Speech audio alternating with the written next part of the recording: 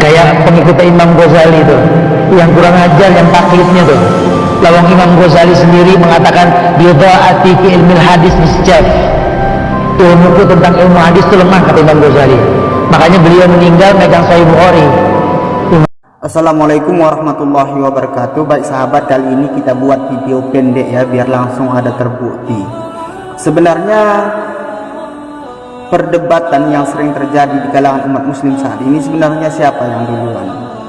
Ini mohon maaf kawan-kawannya yang daripada kaum salafi wahabi, kita hanya sekedar mengkritik saja tanpa ada penghinaan, itu saja sudah kalian marahkan.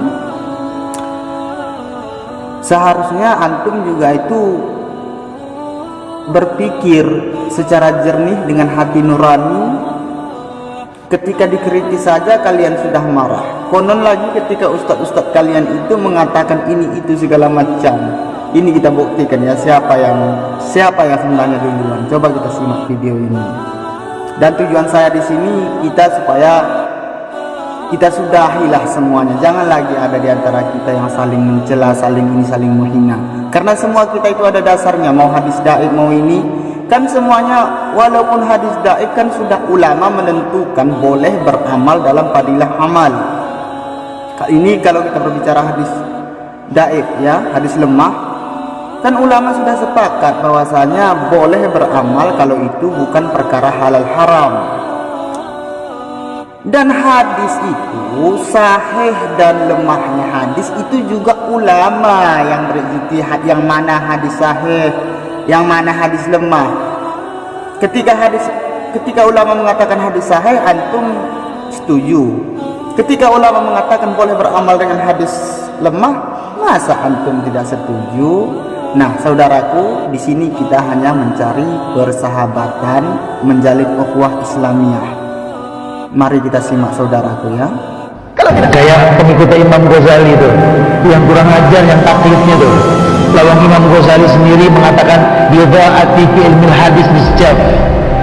Ilmuku tentang ilmu hadis itu lemah, kata Imam Ghazali. Makanya beliau meninggal megang Sahih Bukhari, Imam Ghazali. Cuma muridnya kadang nyetak Ihya Ulumuddin, betul, disebari di semua universitas Islam. Setelah ahlinya mengecek, ternyata dari 1013 hadis di kitab Ihya Ulumuddin 996-nya dhaif. Kebayang itu. Jadi wajar kalau jebolan Ihya Ulumuddin benci sama sunnah, walaupun ketua sebuah partai Islam, kelompok Islam organisasi Islam. Jadi kita nggak bisa salahkan juga lawang belajarnya salah. Tapi lihat orang kalau belajarnya betul, 2 kali kajian tahu bid'ah. Lihat. Tapi kalau orang yang belajarnya nggak betul, bertahun-tahun nggak paham bid'ah. Tuh. Makanya kita tahu Muhammad bin Abdul Wahab, buat pencinta bacaan, tahu penulisnya jenius. Itu buku kalau kita baca kitab tauhid dengan syarahnya, bohong yang baca nggak pinter. Taharaanku tentang hadis sedikit. Apakah perkataan ini menggambarkan Imam Ghazali? Karena pernyataan ini sering dikutip orang yang sering melemahkan kitab Ihya Ulumuddin.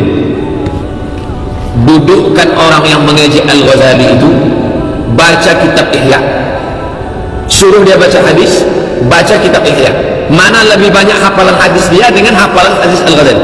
Al-Ghazali nulis Ihya itu tidak pakai laptop. Dia mengharamkan Al-Ghazali baca laptop. Al-Ghazali nulis kitab itu keluar dari kepalanya. Al-Ghazali ahli tasawuf, Al-Ghazali ahli filsafat, Al-Ghazali menulis Fadail Batiniyah membantah orang Syiah, Al-Ghazali menulis kitab usul fikih Al-Mustasfa, Al-Ghazali menulis, ya Al-Ghazali alim. Kalau ada orang menyepelekan hadis Al-Ghazali, suruh dia duduk, kita baca Al-Ghazali. Coba kau baca berapa kau hafal hadis, kita baca hadis-hadis yang ada dalam Ihya Ulumuddin. Sampai hari ini belum ada orang yang mampu menulis kitab tentang masalah hati, masalah akhlak sehebat kitab Ihya Ulumuddin. Kalau ada, tunjukkan sama saya apa nama kitab. Bagaimana saudaraku? Ini buat saudara-saudara kita yang ikut dalam kelompok ataupun komunitas kaum Wahabiyah.